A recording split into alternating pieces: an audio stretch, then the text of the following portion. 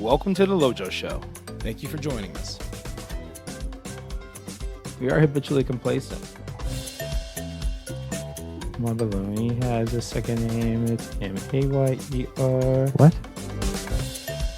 There's always a persistent threat. There is no monopoly on good ideas when it comes to cybersecurity. Welcome to the LoJo Show. I'm your host, LoJo Jones. I'm the founder and managing partner of BlackRock Engineering and Technology. I have over 22 years of cybersecurity experience, and I'm honored to bring some of that experience to you. Today, we're excited to have another special returning guest, Yuri Miloslavsky. Yuri is the dynamic force behind SharePass, a cutting-edge cybersecurity firm that's making waves in the industry. Last year, Yuri introduced us to SharePass, its innovative startup aimed at transforming cybersecurity practices. Today, he's here to update us on SharePass's impact in the marketplace and how it's responding to recent cybersecurity challenges, including significant breaches and the rise in state-sponsored cyber attacks. If you want to listen to the first conversation we had with Yuri, just search the LoJo Show, Yuri Miloslavsky, and it will pop right up. With that, let's jump into the show. Welcome back to the LoJo Show. I have Yuri here from SharePass. You guys might remember a couple of months back. I don't even know if it's been a year. It's been just a couple of months, right? We're not a full year older, are we? But anyway, we had Yuri on about a year ago. We were speaking about SharePass, his new startup company, the capabilities within cybersecurity. And basically, we wanted to follow up today about the marketplace for SharePass right now, and putting that in the context of the things that we face each and every day. This past year, significant breaches and significant cybersecurity issues have occurred. And the amount of state-sponsored cybersecurity breaches, as well as advances on things like our critical infrastructure here in the U.S., as well as personal data and breaches in that way, those things have just picked up. And so got Yuri here to kind of give us a little bit more context here, how SharePass and stuff was working within this marketplace and what the benefit and values and stuff are that he's continuing to build within the product. Hello, Butcher. It's great to be here again. Thanks for inviting me for a quick update. So yeah, like you said, as usual, we see an increase in breaches that happens both on the company and corporate level and on a personal level. We believe in SharePass that, and it's not only what we believe, it's also kind of like we have data that backs it up, that still most breaches are a result of some form of mishandled credentials. And it can be credentials, can be confidential data, right? It doesn't have to be only mishandled passwords. It can be mishandled PII information, which is personal identifiable information. And that can lead to social engineering, and that can lead to sort of, it's kind of like a puzzle, right? So when you can have certain confidential data about a person, you can kind of assume the other part. So users basically need better way to protect their confidential data. And the reality is that when we communicate on a daily basis, we sometimes tend to forget what we communicate. So we might put all sorts of information like addresses, personal names, personal data like, numbers, serial numbers. We put it in text, we put it in chats, company chats. And by the way, we've seen quite a large number of compromises happening or breaches happening in companies as a result of corporate chat, because some of the data that is in the chat is not supposed to be there. So what we believe that that's fine, you can communicate that data, but we need to have some mechanism that controls the digital footprint, which means after we share that data, there is no need for that data to remain in clear text in those places like chat, SMS, and other communication apps. And that's the problem with targeting. And we believe that can really reduce your potential for identity theft and other risks. No, that's a good point. One of the things that we used to, always say in working with different military customers as well as others, right? We used to always say these things like target-rich environments, right? And when we talk about the level of, let's say, social media, the level of collaboration tools and stuff too that we use now in our workplace and our daily lives as well, There's a tremendous amount of information and data that get into those. My kids, I think, give up more data about me than any other place on earth. I mean, between their gaming and my sign off on accounts, my credit cards that are linked to their accounts and stuff too, right? I mean, there is so much data, and including even the credentials and stuff too that are used, and shared credentials, or, you know, the lovely thing that we have now, federated credentials and federated access. How has that been? Has that been kind of a driver and stuff too for you guys when you kind of look at that overall landscape, let's say within a corporate area at this point, when you have things like federated authentication and credentials, and then you have that, you're using those, you have the collaboration tools too there across the board. How is that kind of driving where you guys are going now with SharePass? So we're definitely trying to stay kind of ahead of the technology and be part of all the recent trends, right? Which is why we integrate with the different technologies. We do support single sign-on to make it easier. Like, you don't have to onboard again and create a new set of credentials. You can just authenticate with existing accounts. We integrate with advanced security mechanisms like security keys. In our case, it's YubiKeys, to give you kind of like an extra level to prove your identity, right? Because we all know username, password, all nice and well. MFA is a big thing right now. It definitely reduces your risk. But even MFA, we've seen quite a lot of instances where even that is being leveraged and hacked with, the use of smishing, SMS targeting and things like that. So we partner with the YubiKey because that's a physical device that you need to have, and you can use it with either NFC or even with a fingerprint with like a bio. So even if you lose that YubiKey.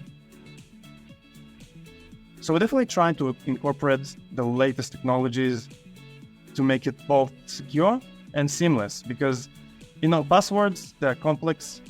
People do want to get rid of them. The whole passwordless concept is growing. But the thing is, the reality is that there will always be some form of password used, even if it's in the backend. So it's really just provide the easiest way possible for the typical user to use a system without all the complicated things like, I need to remember this password and I need to remember that. So it's about finding the right balance between security and usability. One of the biggest things here in the U.S. for us right now has been healthcare. We've got the largest generation.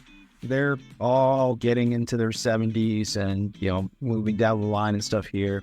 But also just significant things in terms of healthcare, where we have telecare, where we have your traditional, hospital, brick and mortar, your clinics and other telemed capabilities and stuff there.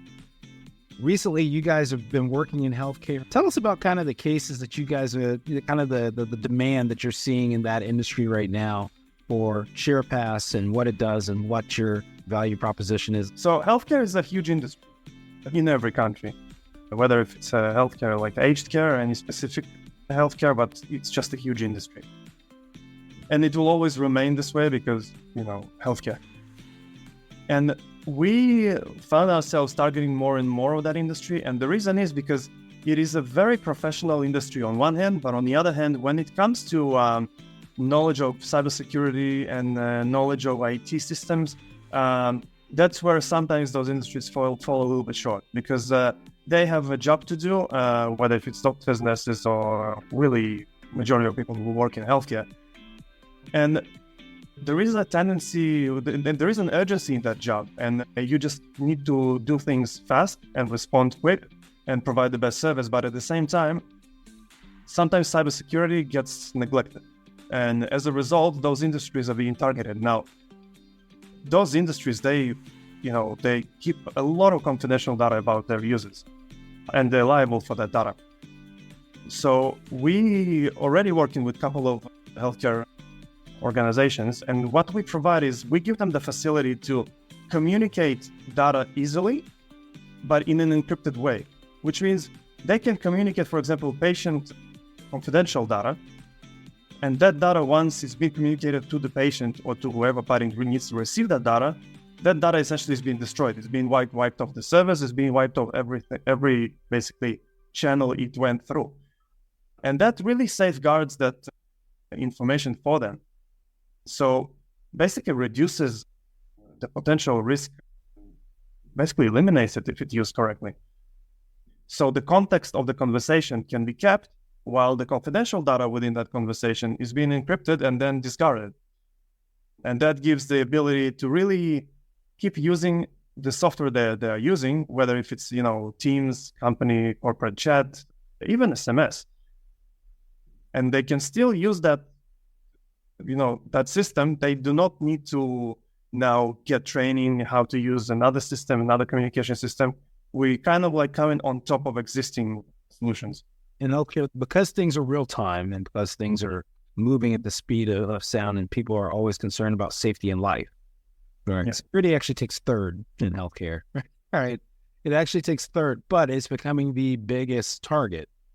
Well, that's there because again, it's target rich for the providers, target rich for the vendors that are there, target rich for, let's say, even the business associates and stuff too, of these healthcare organizations.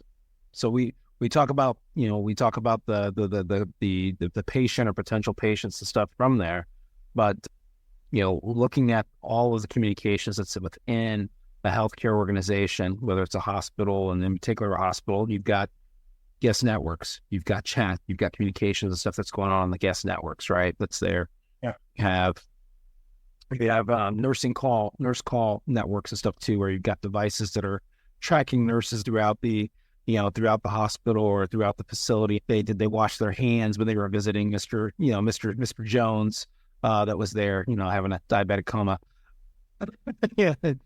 So all these tracking, that's going on there, but each one is also authenticating. Each one is also chatting and stuff too with that, even in their EMRs, as far as with Epic and others, they have chat capability and stuff that's there. So I think it's just a unique place for a SharePass to be, because there is a lot of informal communication that's going on that's very hard to track, along with the formal EMR HL7 type of communications and stuff that's there. So now that's a pretty neat area to be in for that. What are some of the kind of evolutions that you have right now too for SharePass? The next 2024 year is going to be quite a big year for us, because we're releasing number one, we're releasing a new model, which is the business, like the pro version / MSP. And with that, we're targeting smaller businesses, because right now what we have is we have a free offering for the consumer.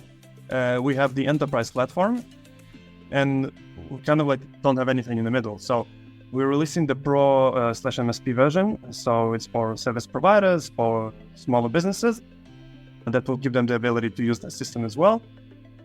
And we also we're stepping into a new market that's called whistleblowing. So built on the same technology of SharePass, basically to give the users the ability to report certain things about their company or anything like that anonymously.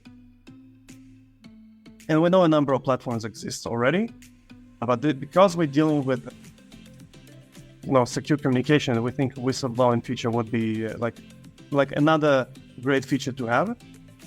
Apart from the features we already have, which is to securely communicate information, and it's like both ends. We can both securely send encrypted information, and we can also collect. So let's say I want to collect some information from you, and you don't know SharePass, you don't know how to use it, and I don't want to start explaining you.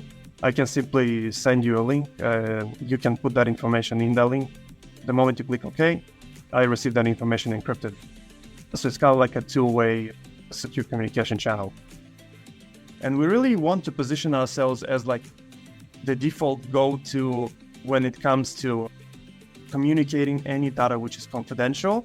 And like you mentioned previously, there is official communication that companies do, and there is unofficial.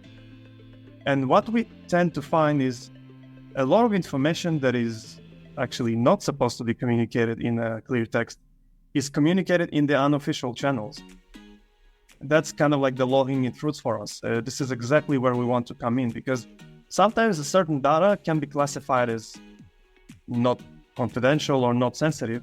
But if you have enough clues, or if you have enough information about a certain person, together, it can suddenly become a confidential data.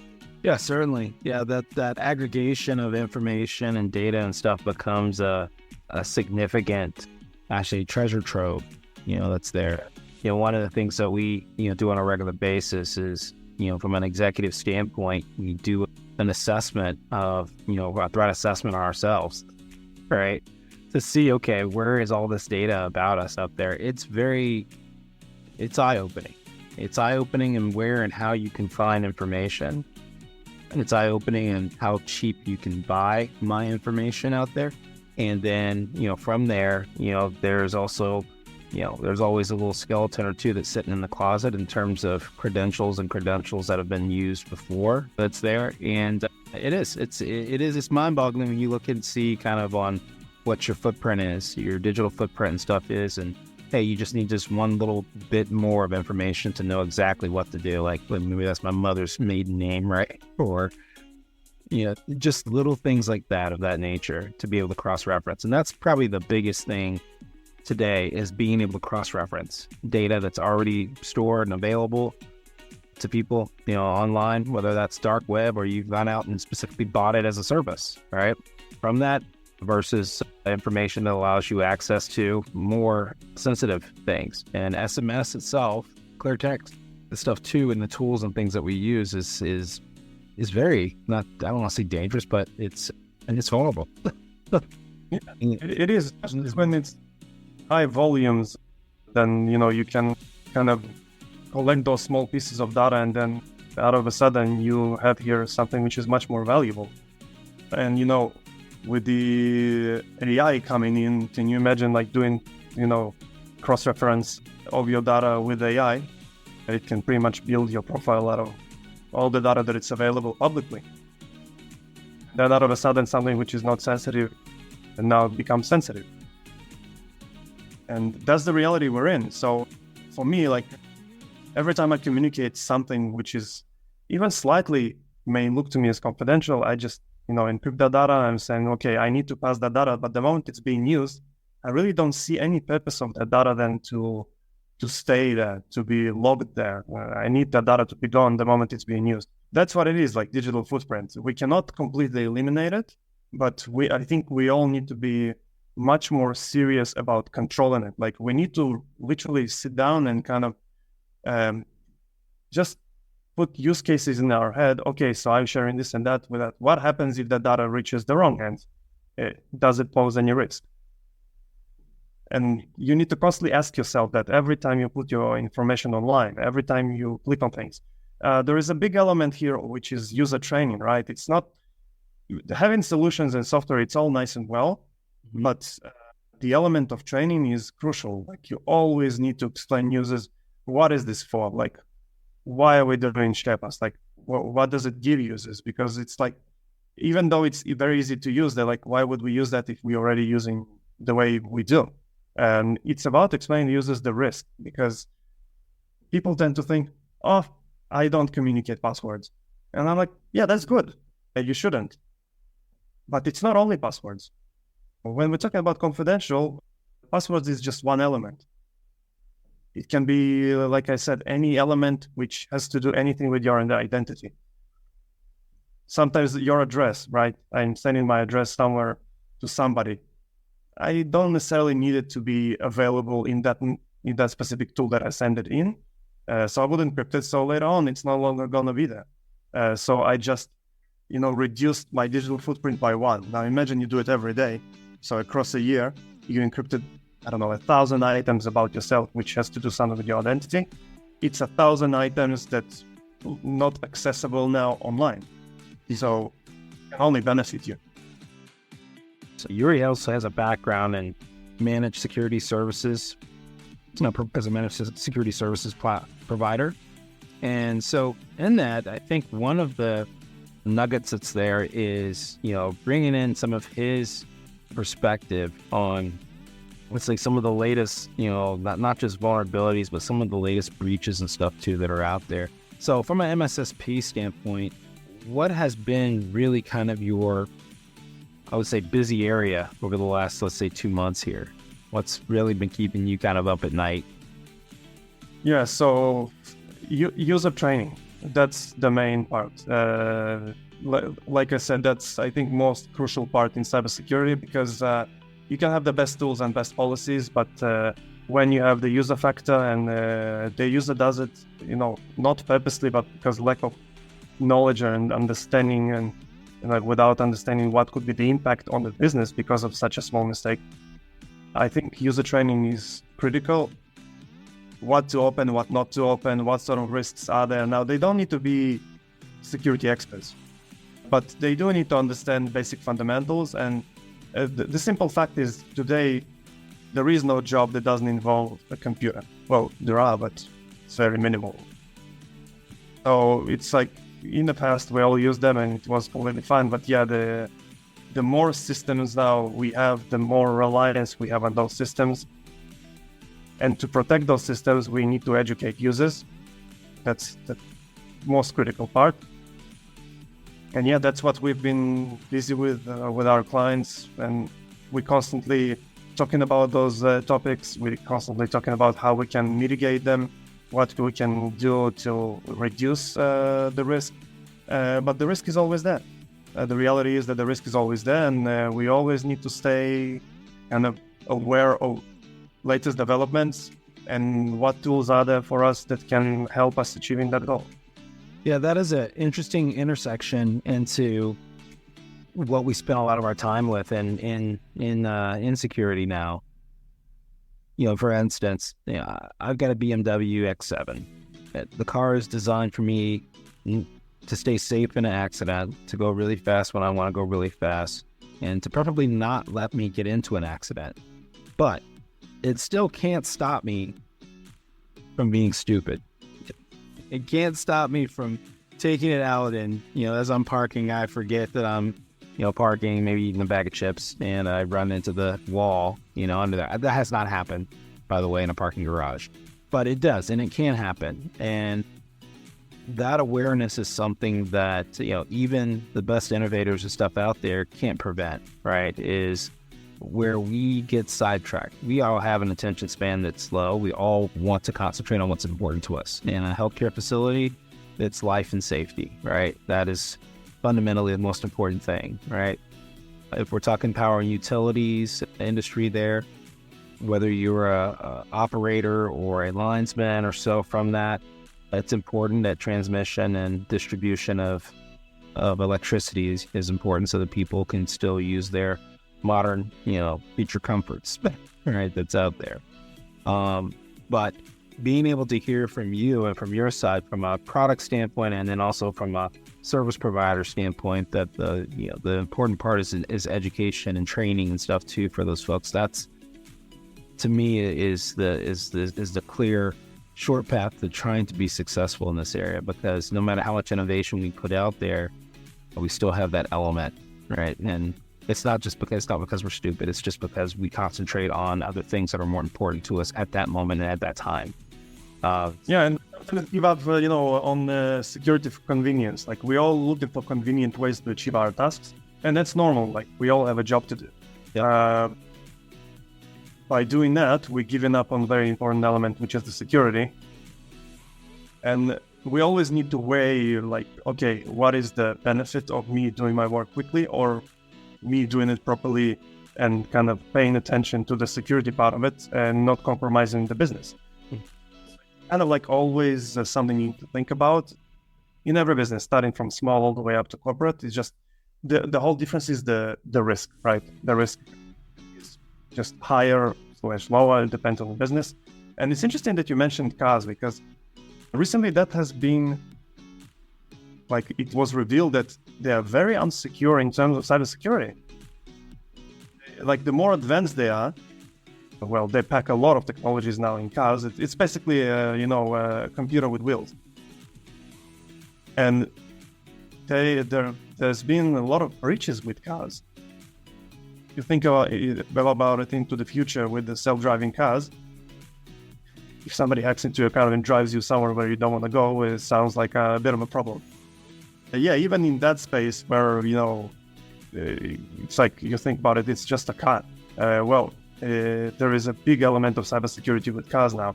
Smart home, big element with cybersecurity, IoT devices. Fridges are connected to the internet. It's literally everywhere now. Yeah. So awareness is a key. And sometimes you always need to think about, okay, so that's the technology now, it's advanced. I'm considering of getting it. And I ask myself the question sometimes, do I really need it? And it is worth to ask yourself that question, because for every bit of comfort, you're given a little bit more of your privacy. And I'm not sure, for example, I want that. I'm a very private person. And again, that's my belief. Other people may disagree, and it's also fine.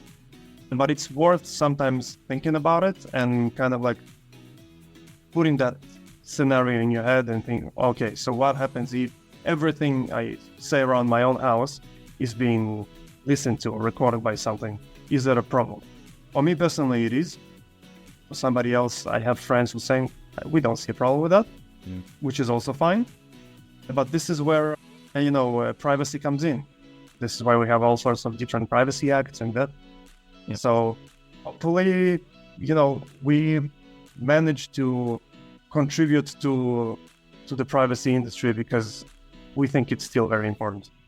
Yeah. And to your point, when we look at our home networks now, you can't even really look at a home network like you used to. You look at a home network now as an extension of your corporate edge, right? Because you connect with network for your, for your phone, for your laptop, for your tablet and stuff from that, right? And that's where your corporate edge now extends to. And so when we talk about all the communication and stuff that's going on, well, where do we usually use probably the most amount of, informal communication and stuff too, even from our own work devices and stuff too from that? Well, it's at our house, it's at our home. And so when you're thinking about the smart TV that's sitting in your house, your smart TV, your Google Nest and stuff too, or your Amazon and stuff too, that's sitting on that same home network. Yeah, we want to trust that, that the right precautions are being taken. But again, you're still sitting on your home unencrypted network most of the time, right? Yeah, using that from a convenience standpoint, because now we're working from home, quite a bit. So yeah, this becomes a new reality there, and a new threat to your privacy. Yeah, and by the way, talking about home, it's I've seen that case quite a lot. But when people use all sorts of smart devices at home, really critical to run those updates. Sometimes you turn on your smart TV and you're like, oh, another update, or later. Now, that update might be just a solution for a bug that was discovered that leads to a TV basically listening to you, and somebody can hack the communication. So to me, like every time an update is offered, and I do have my PlayStation, I do have all of those gaming, I'm doing a lot of gaming devices. Sometimes you just want to jump and do your thing, you want to play. Yeah. But when I see updates available, it's updates first. Even if it means I get to play less, half an hour, or to watch one movie less. Yeah, those 15 minutes are rough, man. No, it's so annoying. You turn it on, you're like, update. And those updates, oh my God, they take sometimes like, yeah. and you're just hanging, and by the time it finishes, you're like, okay, I'm going to bed. Here is another evening gone. They are. It's hard to wait for them. Yeah, it is. So I mean, so listening to it from the practitioners and stuff too, guys. We understand the frustration, but it's needed. It's like waiting to have your oil changed at the shop. You got to do it. You got to suck it up. You got to sit there and drink the horrible coffee that's at the automobile shop. And do it. But when you leave, you're going to feel much better about yourself and your vehicle, hopefully. Next stage from SharePass, we talked about healthcare, we talked a little bit about our utilities, but one of the things I would love to emphasize is that you guys also have SharePass available for individual use and stuff too. And so we just talked about our homes, the information and data that we share. Me and my wife, we're always sharing information about our kids, insurance and everything else, back and forth. Actually, her sharing with me because I can't keep up. But, with that, tell me a little bit more about how SharePass can kind of help and help me in securing my own life as well here. For consumers, because our goal in SharePass is to really improve users' privacy, and no matter what users, like consumer level, business level, corporate level, we really want to approach them all. And we said, well, for consumer, we basically plan to just give that for free. So if consumer decides to create an account, it doesn't have all the same features like a full paid account, like enterprise, but we are planning to keep the consumer for free. And the reason for that is privacy is important to us. And if users can benefit from our tool to improve their privacy, then why not? It's a win-win because more users use it, more awareness, it's like free marketing for us. So, why not? And we do believe that users should use it. They can install the mobile app. It's available both on Android and iOS. And all it does, it adds like a SharePass keyboard. So then basically when you're typing things, let's say I'm typing you an SMS, hey, LoJo, the kids are here and there. And I consider it by nature confidential data that I don't necessarily want it to be anywhere. I can simply encrypt the location, like I literally choose the location, click on the SharePass, and it converts it to an encrypted link. And then the moment you opened it, that data is no longer on your phone. So you don't have to worry about it anymore, especially if you communicate a lot of confidential data. And again, this is really up to the user. The users themselves can decide what is confidential for them and what is not. Sometimes an address will be confidential, sometimes not. Sometimes a typical conversation will be confidential. And it really gives the user the freedom to decide for themselves what sort of data do they want stored on the device and may potentially be used after, and what sort of data they prefer not to be there. Excellent, guys. So, guys, I definitely would say I compel you to take a look at this free version of SharePass, get familiar with it, and then look at what the considerations are as well for your company and for continuing to really improve privacy and stuff too. I mean, this is going to be an ongoing, bet over the next, forever, it seems like. About it, because basically we're walking, talking crown jewels for any organization, for our own family and stuff too. So definitely take that opportunity, download and stuff from there. We'll have the link up, or you guys can go to sharepass.com as well. It'll be right out there as well. So thank you again for joining me tonight, or actually it's your morning, isn't it? Yeah, it's morning. It's your tomorrow. Sure morning. So thank you for joining me, Yuri. Always a pleasure, man, to be up here and to hear a little bit more about some of the innovations and stuff you have, and also, listening to the growth and stuff too of your organization too. So thank you for coming on. Thank you, LoJo. Great to be here. Thank you, Yuri, for joining us again on the LoJo Show and sharing such valuable insights into the advances and ongoing efforts at SharePass. It's fascinating to see how your solutions are evolving, particularly in the realms of healthcare and corporate security. To our listeners, thank you for tuning in, and we hope you enjoyed the episode. Don't forget to follow us on LinkedIn. Leave a comment telling us where you listen from and who we should have on our show next. Also, leave the show a review on Apple Podcasts or Spotify. Until next time, stay safe and stay secure.